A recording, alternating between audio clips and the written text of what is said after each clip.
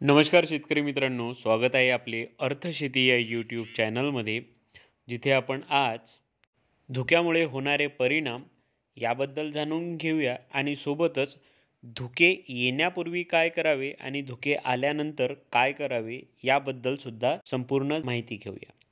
त्यापूर्वी आपल्या अर्थशेती या यूट्यूब चॅनलला जर सबस्क्राईब केले नसेल तर सबस्क्राईब जरूर करून घ्या आणि बेल आयकॉनला टच जरूर करा, ज्यामुळे पुढील येणारी जे व्हिडिओ आहे त्याची माहिती सगळ्यात अगोदर तुमच्या जवळ पोहोचेल। तर सुरुवात करूया सगळ्यात महत्त्वाच्या मुद्द्यावरून, जी म्हणजे धुके आल्यामुळे नेमके नुकसान का होते। सगळ्यात महत्त्वाचा मुद्दा म्हणजे धुके येणे याचा परिणाम हा टेम्परेचर सोबत असतो।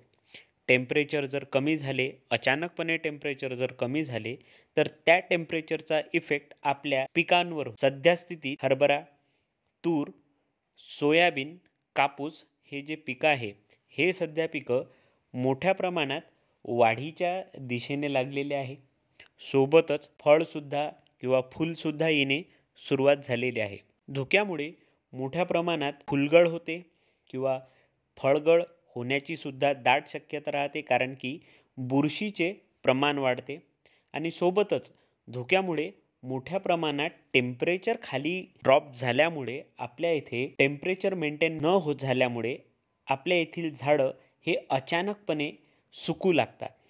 यासाठीच आपल्याला हे धुके येण्यापूर्वी 1 ते 2 दिवस किंवा 1 दिवस अगोदर तरी आपल्याला याची माहिती भेटूनच जाते किंवा माहिती होऊनच जाते की आपल्या इथे धुके येणार आहे, वातावरण ढगाळ होणार आहे।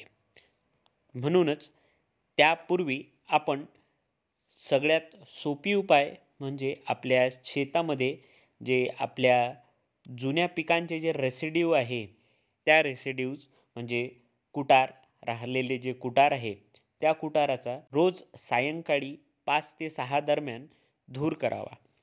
हे सगळ्यात सोपी उपाय आहे। यामुळे शेतात येणारे जे वन्य प्राणी आहेत ते सुद्धा कंट्रोल होतील आणि खूप जास्त प्रमाणात नाही, परंतु 50% तरी आपण याचा धुक्याचा जो परिणाम आहे तो कंट्रोल करू शकतो। परंतु हा एवढा कारगर नाही। आता दुसरा उपाय नेमका कोणता? सध्या आपल्याकडे एक जर पाण्याची व्यवस्था असेल तर तूर, कापूस, सोयाबीन अशा पिकांना तुम्ही पट पाण्याने सुद्धा हे जे अचानक ड्रॉप होणारे जे टेम्परेचर आहे, हे टेम्परेचर कंट्रोल करू शकता। जर आपल्या इथे पाण्याची व्यवस्था नसेल तर तुम्ही फवाऱ्याच्या द्वारे म्हणजे फक्त साध्या पाण्याचा फवारा आपल्याला घ्यायचा आहे।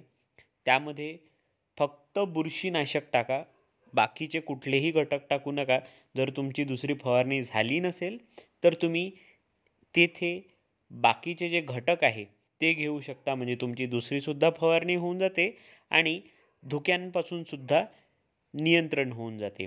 तर अशा पद्धतीने आपण धुकेचे जे परिणाम आहे ते कंट्रोल करू शकतो आणि सोबतच आपल्या इथे होणारे नुकसान सुद्धा कंट्रोल करू शकतो। सगळ्यात शेवटी आणि महत्त्वाच्या मुद्द्याला हात घालू, तो म्हणजे टेम्परेचर मेंटेन करणे।